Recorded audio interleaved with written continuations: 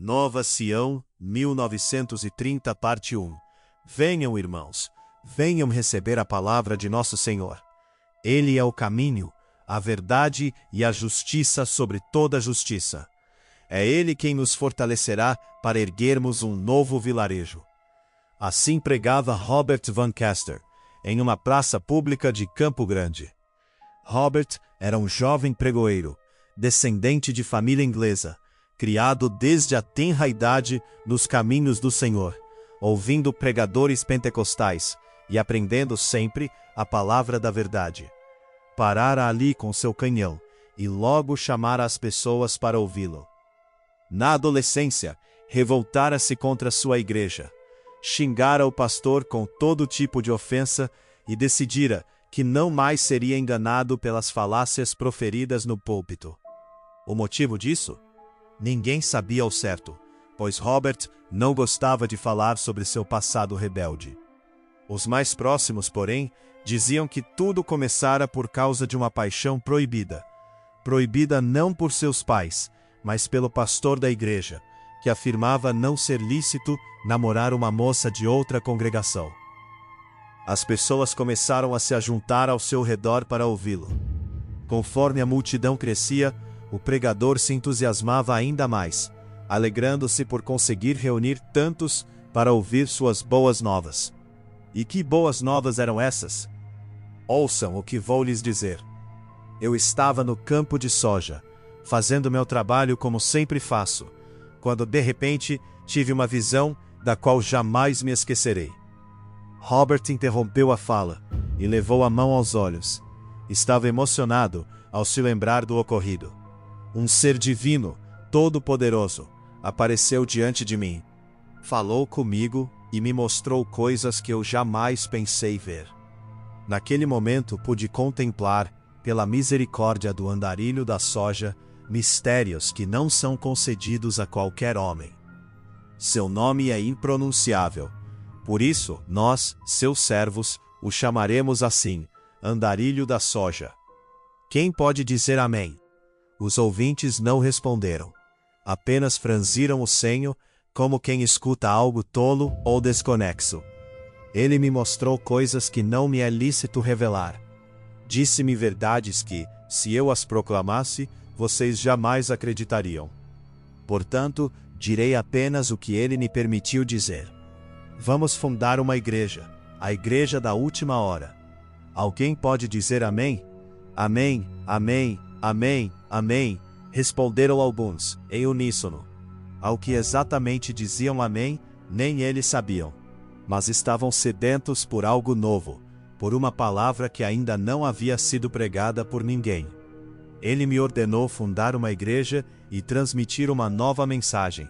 Uma mensagem ignorada pelos antigos, escondida pela Igreja Católica e pelos chamados pais da Igreja.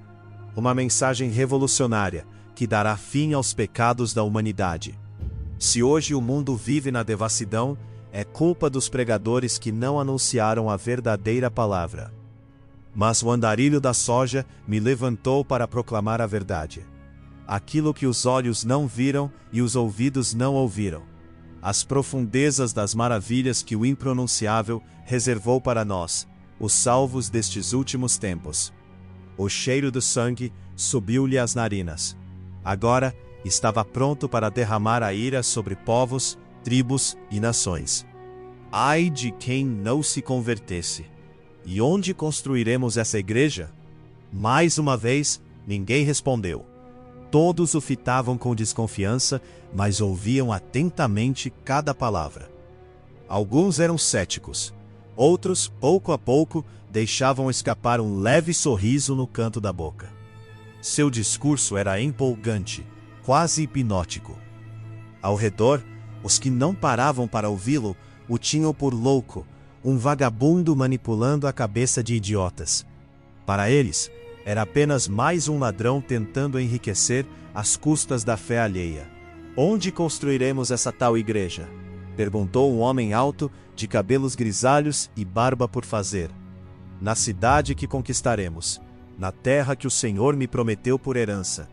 Não apenas a mim, mas a todos os seus seguidores, respondeu Robert. sorrindo, satisfeito por finalmente despertar interesse. No entanto, precisamos conquistar essa terra. E não há redenção sem derramamento de sangue. Teremos de purificar o solo, derramando sangue infiel. Quem estiver comigo, suba no caminhão. Vamos fazer isso ainda hoje. O primeiro a subir foi o homem de barba grisalha. Logo depois, outros homens subiram na carroceria aberta. Vendo que muitos hesitavam, Robert voltou a falar, repetindo as palavras que recebera em sua visão. Prometeu-lhes uma vida nova, livre do medo e da fome. Tudo mudará. Vocês nunca mais sentirão temor. A verdade jamais lhes faltará. Venham, traga os seus filhos e os filhos de seus filhos. Vamos mudar o mundo. É hora de revolucionar a fé.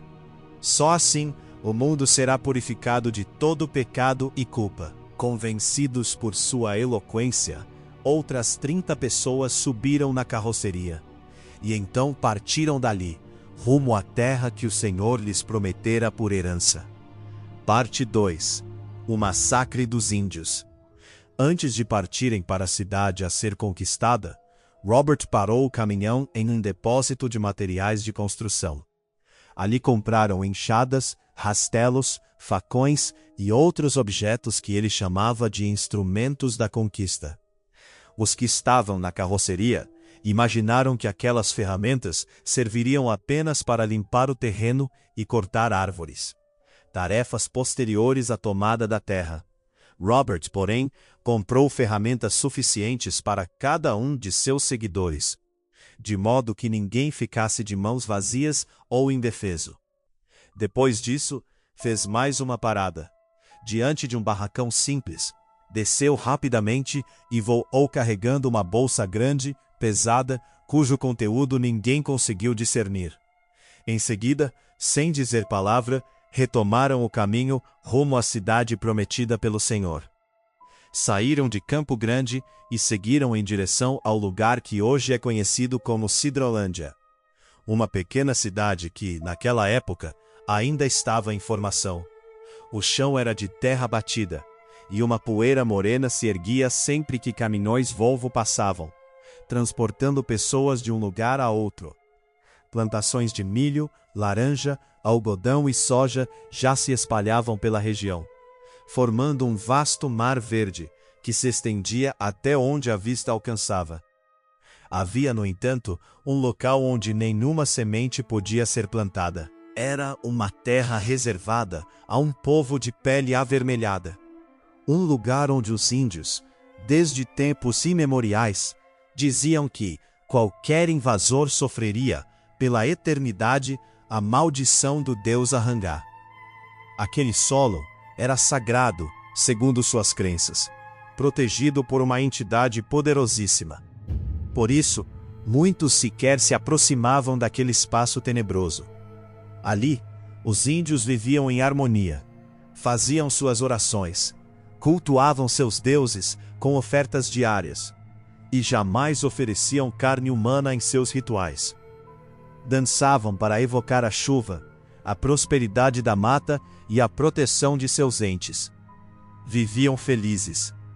Mas agora, Robert se aproximava daquele lugar calmo e sagrado para destruí-lo, erradicar seus habitantes e conquistar a terra, que, segundo ele, o Senhor lhe prometera por direito. Tudo isso em um único dia. Chegaram ao local, entre Campo Grande e Sidrolândia, por volta das 13 horas. Avistaram os índios e desceram imediatamente do caminhão. Assustados, alguns indígenas recuaram para dentro de suas ocas de palha. Os mais valentes, porém, avançaram empunhando lanças e arcos, pressentindo que algo terrível estava prestes a acontecer. "O que vieram fazer aqui?" perguntou o líder da tribo, um homem idoso, de cabelos longos e rosto pintado. Robert desceu do caminhão de forma abrupta, orgulhoso por liderar aquele pequeno grupo revolucionário. Caminhou até ficar frente a frente com o ancião. Os dois se encararam por longos minutos, sem dizer palavra. Sentiram a respiração um do outro, o ar quente escapando pelas narinas. O silêncio era tão profundo que se ouviam apenas as batidas aceleradas dos corações. Estamos aqui para conquistar esta terra, disse Robert. Por fim. O Senhor nos prometeu e faremos como ele nos ordenou. Quem é esse tal Senhor? Antes que o índio concluísse a frase, Robert sacou uma adaga da cintura e a cravou no peito do ancião. O homem suspirou pela última vez e tombou morto. O choque foi imediato. Índios e seguidores de Robert ficaram paralisados diante de tamanha brutalidade.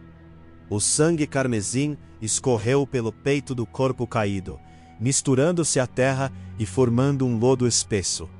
O solo antes protegido por Anhangá agora estava profanado, manchado pelo sangue de um homem que nenhum mal cometera.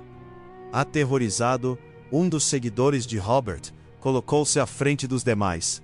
Empunhou uma enxada e gritou: "Você é um assassino, um fanático religioso que quer montar sua própria seita para enganar os fiéis." Começou a avançar em direção a Robert, decidido a detê-lo. "Hoje mesmo eu o denunciarei às autoridades. Vamos ver se esse tal andarilho da soja poderá livrá-lo da justiça." O homem, no entanto, não percebeu o perigo que se aproximava por trás.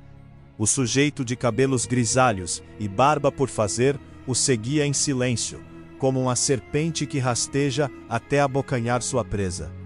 Quando o homem da frente ergueu a enxada para golpear Robert, o outro fez o mesmo, cravando a ferramenta em seu crânio. O corpo caiu sem vida. O agressor fez então uma reverência diante de Robert. Todos se espantaram, índios e seguidores. O homem de cabelos grisalhos tomou a palavra. "Meus irmãos, esses homens mereceram punição. Ambos desrespeitaram nosso Deus. O segundo levantou-se contra nosso líder, e por isso pagou com a própria vida. O Senhor apareceu a Robert nos campos, e lhe revelou suas verdades. Portanto, não toleraremos rebeldia. Ou nos unimos ao Senhor e ao seu servo, ou partimos agora. O que me dizem?"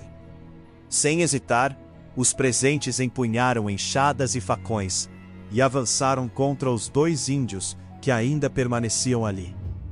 O que se seguiu não foi uma batalha, mas um massacre. No início, os índios resistiram bravamente com lanças e arcos. Por um instante, quase conseguiram fazer os invasores recuar. Então, Robert abriu a grande bolsa e retirou armas de fogo, distribuindo-as entre seus seguidores. Não havia armas suficientes para todos, mas as poucas que possuíam bastaram para encharcar o chão de sangue. Homens, mulheres, idosos e crianças foram mortos. Vidas interrompidas por um fanático e seu ideal macabro. Quando tudo terminou, Robert ajoelhou-se sobre a terra e agradeceu a Deus pela conquista. Chorou, glorificou o nome do Altíssimo e bendisse o andarilho da soja. Seus seguidores fizeram o mesmo, felizes pela vitória. Em seguida, Robert se levantou e avistou o homem de cabelos grisalhos, o mesmo que matara o traidor do grupo. Fez-lhe um sinal para que se aproximasse. "Você demonstrou coragem, meu filho", disse, tomando-o pelas mãos e abraçando-o com força. "Matou um homem em nome do Senhor. És digno de ser chamado servo. A partir de hoje, serás meu braço direito. Tudo o que disseres será a voz de Deus para este povo. Estarás abaixo apenas de mim." "Qual é o teu nome?" "Jonas", respondeu o homem. "Meu nome é Jonas, e estou aqui para servi-lo, meu senhor." Robert ergueu a mão de Jonas diante da multidão. "Este é meu braço direito. Respeitem-no como se fosse o próprio Senhor. Sede submissos às suas palavras." E todos disseram: "Amém." Os corpos dos índios foram deixados fora da cidade, onde abutres e vermes devoraram sua carne por dias. Depois disso, os homens caçaram animais, assaram-nos e celebraram. Assim foi o dia da conquista de Nova Sião, a cidade prometida. Parte 3, Nova Sião. No dia seguinte, Robert e seus seguidores começaram a erguer a cidade de Nova Sião. Os recursos eram escassos e, por isso, as primeiras casas construídas eram simples, feitas de madeira e cobertas com telhas ecológicas. Enquanto os homens trabalhavam na edificação da nova cidade, as mulheres se esforçavam para obter recursos financeiros. Lavavam roupas, costuravam, vendiam marmitas, pães e salgados. Todo o lucro era entregue à cidade, diretamente nas mãos de Robert. Ao fim de 10 dias, os homens haviam erguido 5 casas, um número considerável, levando-se em conta a escassez de recursos. Assim que ficaram prontas, as primeiras 5 famílias mudaram-se para o local. Robert, no entanto, continuava morando em sua casa na cidade grande. Dizia que a prioridade era de seus seguidores e que jamais passaria à frente deles. Com a chegada das primeiras famílias, Robert passou a ir com mais frequência à cidade grande, com a intenção de pregar seu novo evangelho e conquistar mais seguidores. E não apenas seguidores, mas futuros moradores de Nova Sião. No decorrer de 3 meses, outras 35 casas foram construídas, e novas famílias passaram a habitar a cidade. Famílias que haviam ouvido a pregação de Robert e se convertido. Aqueles que não se convertessem jamais poderiam entrar na cidade abençoada e imaculada. Rápido demais, pensava Robert, sorridente. Rápido demais para ser verdade. Mas quando o Senhor da soja queria agir, nada poderia impedi-lo. Robert sabia que nada daquilo teria sido possível sem a ajuda de seu Senhor. Também sabia que seu dever era pregar, converter mais pessoas e manter-se fiel à nova palavra. Uma palavra que, segundo ele, fora ignorada por séculos pela humanidade. A missão de transformar o mundo agora estava em suas mãos. E se não conseguisse concluí-la em vida, ao menos daria início à revolução espiritual. Seria lembrado como o homem que lançara a pedra angular de toda aquela história. Assim, a cidade crescia pouco a pouco. Construções humildes, baratas, mas aos olhos dos fiéis, cheias da graça do andarilho da soja. Certo dia, Robert reuniu seus seguidores no centro da cidade para uma pregação. O povo estava alegre, entoavam louvores, aplaudiam, glorificavam e exaltavam o Senhor da soja. O líder estava visivelmente satisfeito. Seu semblante irradiava uma alegria contagiante. Para aquela ocasião, construíram um púlpito simples, de onde Robert passou a falar ao povo. "Irmãos", gritou ele, em tom bem-humorado, "quem é semelhante ao andarilho da soja?" "Ninguém", respondeu o povo. "Quem foi capaz de edificar uma cidade em tão pouco tempo?" "O andarilho da soja. Louvado seja o nome daquele que me visitou nos campos de soja. É em seu nome que abrimos este culto." E toda a congregação disse: "Amém." "Ouviram o que lhes foi dito no passado", continuou Robert. "Mas agora ouvirão ainda mais, pois a mensagem que lhes anuncio é nova. Sim, é nova, mas não menos valiosa. Os antigos ensinaram que os pecados seriam perdoados se confessados. Porém eu lhes digo que o Senhor me revelou: os pecados são perdoados independentemente de serem confessados ou não. Quem perdoa não é o homem, mas o Senhor." Ele ergueu as mãos ao céu e glorificou mais uma vez o seu Deus. Não existe certo ou errado para aqueles que estão verdadeiramente convertidos ao Senhor da soja. Tudo lhes será perdoado. Não traiam e não serão traídos. Não roubem de seu próximo e não serão roubados. "Mas", interrompeu um homem idoso, recém-chegado à cidade, "perdoe-me a pergunta, Senhor. O que foi feito aqui não foi roubar a terra dos índios?" Robert fitou o homem por alguns segundos. Via ali alguém velho, teimoso, de coração inflexível. Se dependesse apenas dele, aquele questionador seria excluído da comunidade naquele mesmo instante. Contudo, Jonas, Seu braço direito tocou-lhe discretamente o braço e pediu a palavra. Senhor, permita-me responder conforme entendi sua pregação, disse Jonas, inclinando a cabeça. Robert confiava plenamente em Jonas e fez sinal para que ele subisse ao púlpito. Os olhares da multidão se voltaram para o vice-líder, que proclamava pela primeira vez diante do povo: Irmãos, os índios eram nossos próximos. Com convicção, a multidão respondeu que não. Eis a questão. Não devemos roubar de nossos próximos, pois somos irmãos na fé. Mas roubar dos ímpios e incrédulos não é roubo, é conquista. Portanto, o que foi feito com os índios não deve pesar sobre nossas consciências. O Senhor continua firmemente conosco. Robert admirou Jonas. Percebeu que tê-lo escolhido como braço direito fora de fato o plano do Senhor. Por um instante, sentiu como se o próprio andarilho da soja falasse pela boca de seu servo. Sorriu em silêncio. Os ouvintes também se alegraram com as palavras de Jonas. Aplaudiram, bendisseram o Senhor e se sentiram aliviados. Robert voltou ao púlpito. Todos os pecados serão perdoados, mas aquele que pecar contra o andarilho da soja e seus fiéis servos pagará com a própria vida, sem direito à segunda chance. Agora estava mais audacioso, inflamado pelo apoio do povo e pela eloquência de Jonas. Não difamem o Senhor, pois ele é justo e misericordioso. Não difamem seus servos, pois são santos nesta terra abominável. E não profanem a soja, pois foi no campo de soja que o Senhor me apareceu e revelou suas grandezas.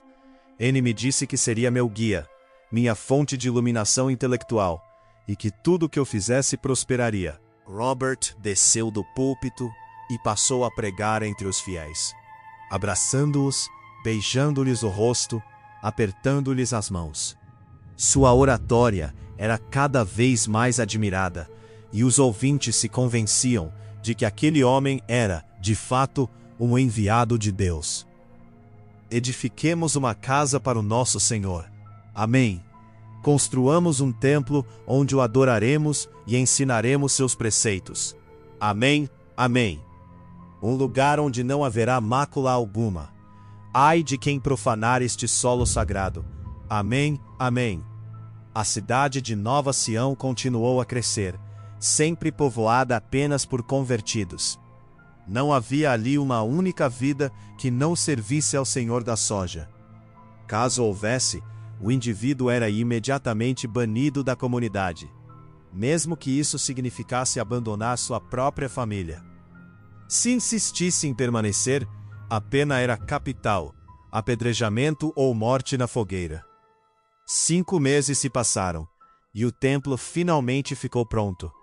Era uma construção de 10 metros de altura, feita de tijolos e concreto. O vitral colorido tinha como cor predominante o verde da soja. Nele, artistas retrataram Robert no campo, com o Senhor da soja pairando sobre ele, a razão de a igreja existir. As colunas internas eram revestidas de mármore negro, contrastando com o piso de cerâmica branca. O púlpito era alto, estrategicamente posicionado para tornar a voz do pregador audível a toda a congregação. Os bancos de madeira comportavam 4 pessoas com conforto. Acima do púlpito, uma pintura representava a soja verde, símbolo máximo da fé local. Ao contemplar o templo concluído, Robert viu a mão de seu Senhor, não de forma metafórica. Viu, literalmente, uma mão gigantesca, do tamanho do templo, pairando sobre a construção, como se a abençoasse.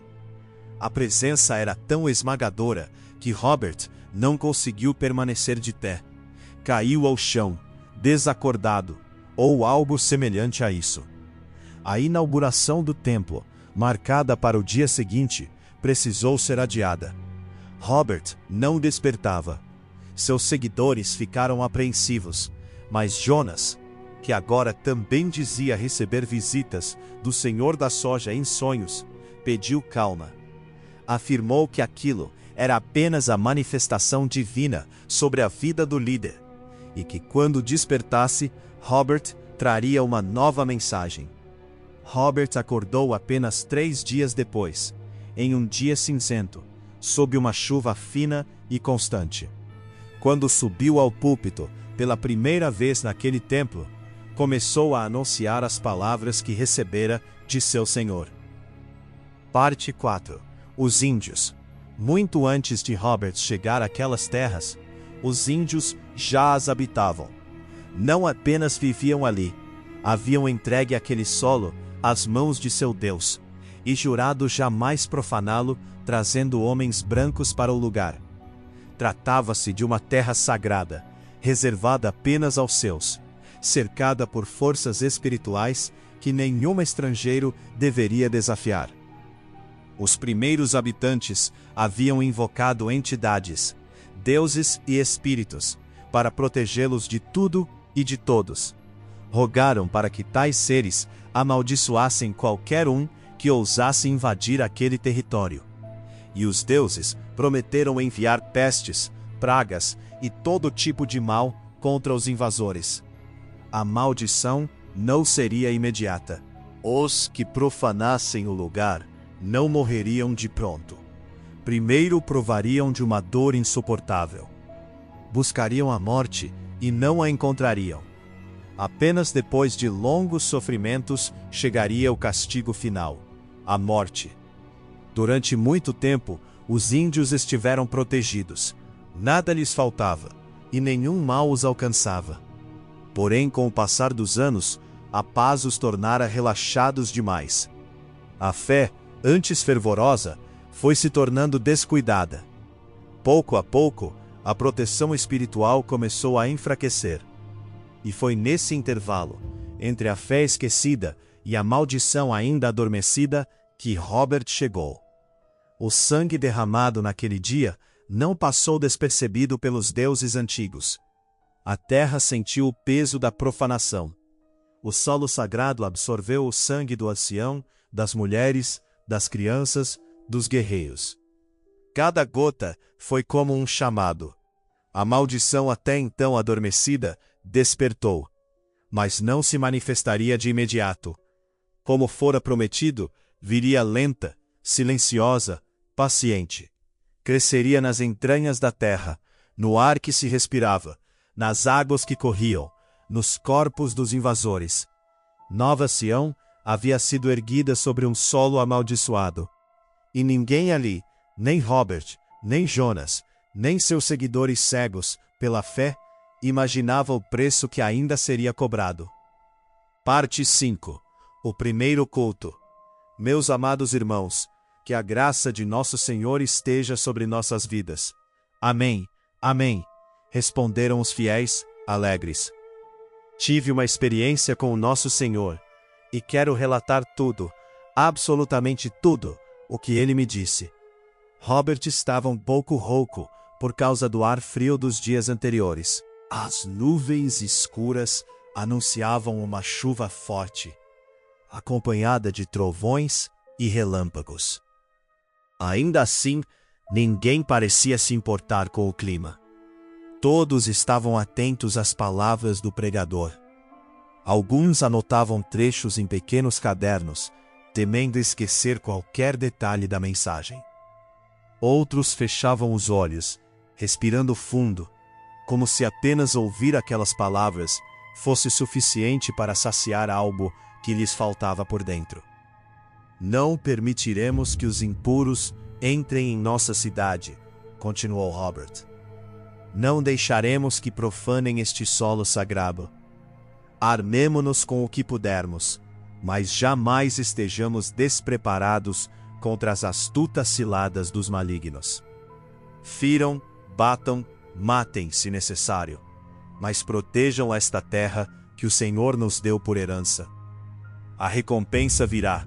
O próprio andarilho da soja me prometeu isso. Alguns ouvintes sentiram um frio percorrer a espinha. As palavras eram duras demais. Ainda assim, acreditavam, no fundo de seus corações, que não vinham de Robert, mas do próprio Senhor da soja.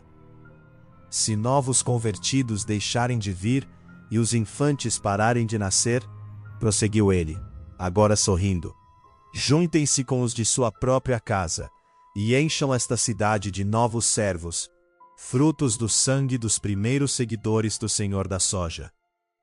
O sorriso em seu rosto contrastava violentamente com o peso daquilo que dizia. Ninguém ousou contradizê-lo, talvez por medo, talvez por cegueira, talvez por ambas as coisas. O que se sabia era que toda palavra pronunciada naquele púlpito tornava-se lei, e quem a desobedecesse pagaria caro. Assim foi o primeiro culto realizado na cidade de Nova Sião. Parte 6. Profanação. Nova Sião continuou a crescer. Novos convertidos eram trazidos da cidade grande para aquele lugar isolado, e em pouco mais de 2 anos, a população já se aproximava de 500 habitantes. As construções mais recentes deixaram de ser simples barracos. Agora eram erguidas com tijolos, cobertas por telhas de melhor qualidade. Entre todas as casas, uma se destacava. A residência de Robert era um grande sobrado, onde ele vivia com sua esposa, Talia, chamada por todos de Senhora Van Caster. Haviam se conhecido no verão anterior, e agora ela ostentava o título de esposa do líder espiritual da cidade. Andavam sempre de mãos dadas, como se ainda estivessem na fase inicial do namoro. O amor que demonstravam era tão evidente que despertava a admiração. Uma graça, a abelha e a flor, as metades da laranja, eram comentários frequentes entre os moradores, encantados com o casal. Jonas também possuía uma casa confortável, não tão imponente quanto a de seu líder, mas respeitável. Vivendo sempre à sombra de Robert, fazia questão de bajulá-lo, buscando cada vez mais prestígio junto ao homem que dizia falar em nome de Deus. Ninguém questionava as casas grandes de seus líderes. Para os fiéis, tudo aquilo era fruto da bênção do Senhor da soja, recompensa justa por terem fundado uma nova igreja em seu nome. Ninguém, exceto um jovem pai. Certa manhã, ele acordou e percebeu que não havia comida suficiente para alimentar seus filhos. O motivo era simples. Havia doado quase todo o dinheiro à igreja. Robert pregara que Deus devolveria tudo em dobro. Mas o dobro nunca veio. Enquanto os líderes viviam em casas amplas e bem providas, a maioria dos seguidores habitava moradias modestas, marcadas pela escassez. Ainda assim, poucos pareciam se incomodar. Era como se alguma força invisível lhes tapasse os olhos, impedindo-os de enxergar os abusos cometidos diariamente. Andavam desorientados, cegos tendo olhos, surdos tendo ouvidos, corpos sorridentes, vazios por dentro, reverenciando um templo erguido no centro da cidade. Trabalhavam incansavelmente para sustentar os desejos e regalias daqueles que agora pregavam em nome de um Deus surgido no campo da soja. Uma entidade que sugava, pouco a pouco, a sanidade coletiva. O Senhor da soja era adorado dia e noite. Não importava se fazia sol ou chuva, calor ou frio. Em qualquer lugar, qualquer hora, podia se ajoelhar e cultuar o seu nome. A ausência nos cultos de domingo, às 8 da manhã, era proibida. Como a igreja não comportava todos, o culto se estendia para fora do templo. Ainda assim, ninguém ficava em casa, salvo por motivos considerados indispensáveis. Durante a semana, realizavam-se 2 cultos, um dedicado ao ensino das Escrituras e outro voltado aos assuntos da cidade. Este último funcionava como uma espécie de assembleia, onde novas regras eram discutidas e impostas. Apenas os mais influentes participavam. Ali, oravam para que o Senhor da soja lhes abrisse a mente e os ajudasse a interpretar as Escrituras. Mas que Escrituras eram essas? Utilizavam um livro antigo, escrito por profetas, reis e pastores, um livro que a humanidade aprendera a temer, sobretudo por suas passagens escatológicas, o Apocalipse. Muitos haviam se convertido por medo da chamada Grande Tribulação, acreditando que escapariam dela se fossem fiéis. Uma teologia falha. O próprio livro deixava claro que tanto cristãos quanto não cristãos passariam por esse período de sofrimento. Além disso, a Bíblia utilizada em Nova Sião havia sido profanada. Palavras eram retiradas ou acrescentadas conforme a conveniência dos líderes. O que agradava era mantido e apresentado como verdade do Senhor da soja. O que contrariava seus interesses era apagado ou substituído por novas revelações. Versículos conhecidos haviam sido alterados. O Senhor é meu pastor, o andarilho da soja, nada me faltará. Elevo os meus olhos para o campo de soja. De onde vem o meu socorro? O meu socorro vem do Senhor da soja, que fez os céus e a terra. O andarilho da soja amou o mundo de tal maneira que se revelou a nós, para que todo aquele que nele crê não pereça, mas tenha a vida eterna. Eram apenas alguns exemplos da profanação cotidiana. O jovem que começava a questionar tudo chamava-se Rafael. Tinha 26 anos e era pai de 2 crianças, ambas nascidas em Nova Sião.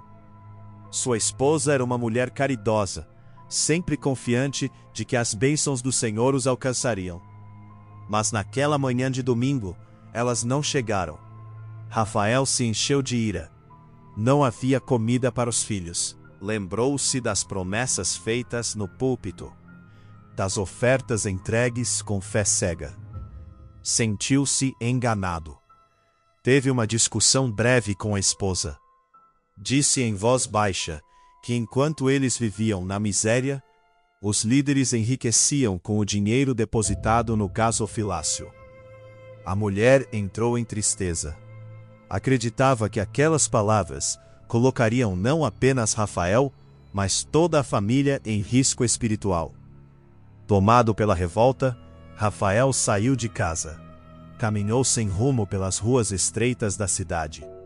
Passou pelo portão principal e seguiu até o campo de soja. Ali, caiu de joelhos, chorou por longos minutos. Implorou por uma resposta do Senhor da soja. Mas tudo o que ouviu foi o vento passando entre as folhas, produzindo um sussurro vazio. Elevo os meus olhos para o campo de soja. O meu socorro vem do Senhor, gritava, com o rosto vermelho de tanto chorar. Nenhuma resposta. Enquanto isso, os fiéis chegavam ao templo para mais um culto dominical. Quem chegava cedo, sentava-se dentro da igreja. Os outros ficavam em pé. Os retardatários permaneciam do lado de fora, cultuando ao ar livre. Rafael, sozinho no campo, finalmente cedeu à dúvida. Aquele desgraçado me enganou, gritou ao vazio. Aquele filho da puta é um charlatão. Sua voz ecoou no horizonte. Parte 6, Profanação. O culto seguia animado. As pessoas cantavam, batiam palmas e celebravam o nome do seu Deus.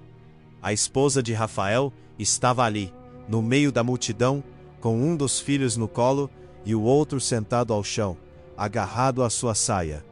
Onde está o seu marido? Perguntou alguém, reconhecendo-a. Ele já vem, respondeu, forçando um sorriso. Minutos depois, a mesma pessoa voltou a indagar. Dessa vez, a mulher empalideceu. Seu rosto denunciou aquilo que a boca tentava esconder. Ele não vem, não é? Insistiu o homem, agora com um olhar desconfiado. Ele está triste, respondeu ela, as palavras escapando-lhe sem controle.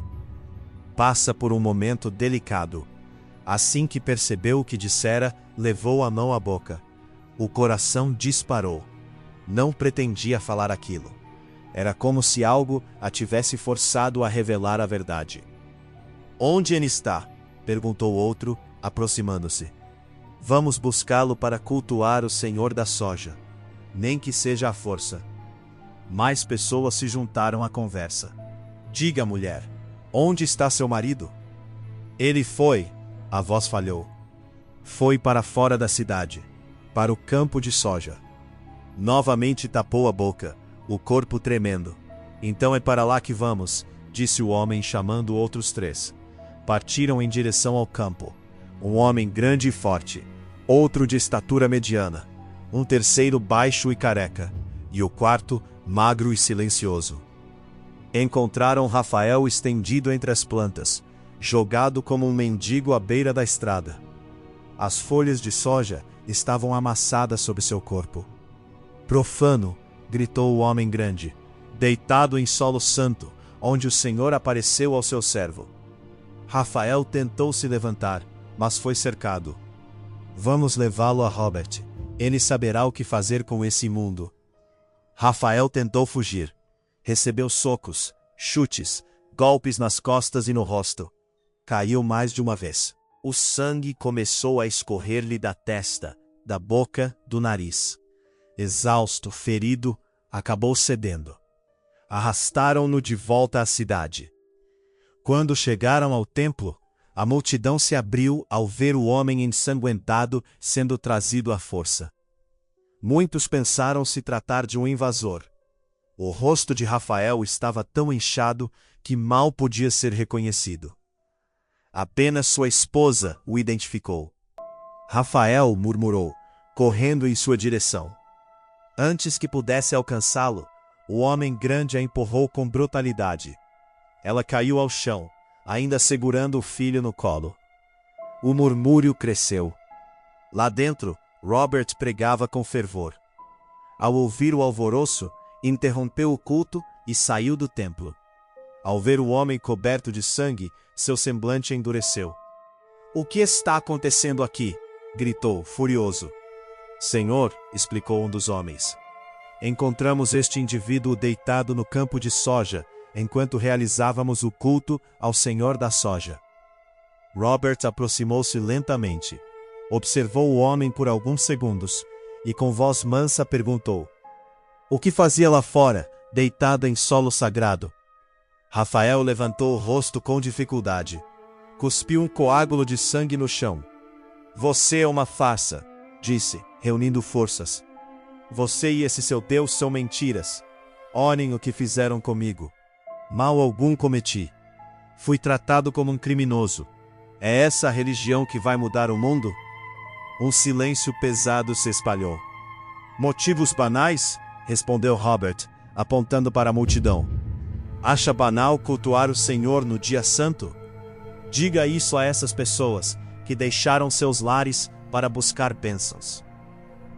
"Seu Senhor." Rafael cuspiu mais sangue. "Ele só abençoa você e seu maldito braço direito. Olhe ao redor. As condições desse povo provam isso." A multidão começou a murmurar. O olhar que lançavam sobre Rafael agora não era de piedade, mas de repulsa. Para eles, aquele homem estava possuído por um espírito imundo. "Qual é o seu nome?" perguntou Robert, segurando-o pelo queixo. "Quero saber quem é o primeiro pecador desta cidade santa." Rafael permaneceu em silêncio. "Rafael!" gritou alguém no meio da multidão. "Muito bem, Rafael", disse Robert com voz sombria. "Dou-lhe uma última chance. Retrate-se ou provará da ira do Senhor da soja." "Esqueça", respondeu Rafael. "Esse Deus não existe. Você é um charlatão que enriquece enganando pessoas e profanando a Bíblia." Robert perdeu o controle. Ergueu a mão e desferiu um golpe violento no rosto de Rafael. O nariz quebrou com o estalo seco. O sangue escorreu imediatamente. "Que este homem sirva de exemplo", declarou Robert, virando-se para o povo. "O Senhor não aceita a afronta. Que ele pague com a própria vida." Virou-lhe as costas e entrou novamente no templo. Foi a última coisa que Rafael viu. A multidão o cercou. Um soco o atingiu no queixo. Ele caiu desacordado. Em seguida, começaram os chutes, as pauladas, as pedras. Cada golpe carregava raiva, medo e devoção cega. Quando cessaram, arrastaram o corpo para fora da cidade e o jogaram à beira da estrada. "Não merece sepultura", diziam, que sirva de alimento aos abutres e aos vermes. O mesmo destino que tiveram os índios agora recaía sobre um dos seus.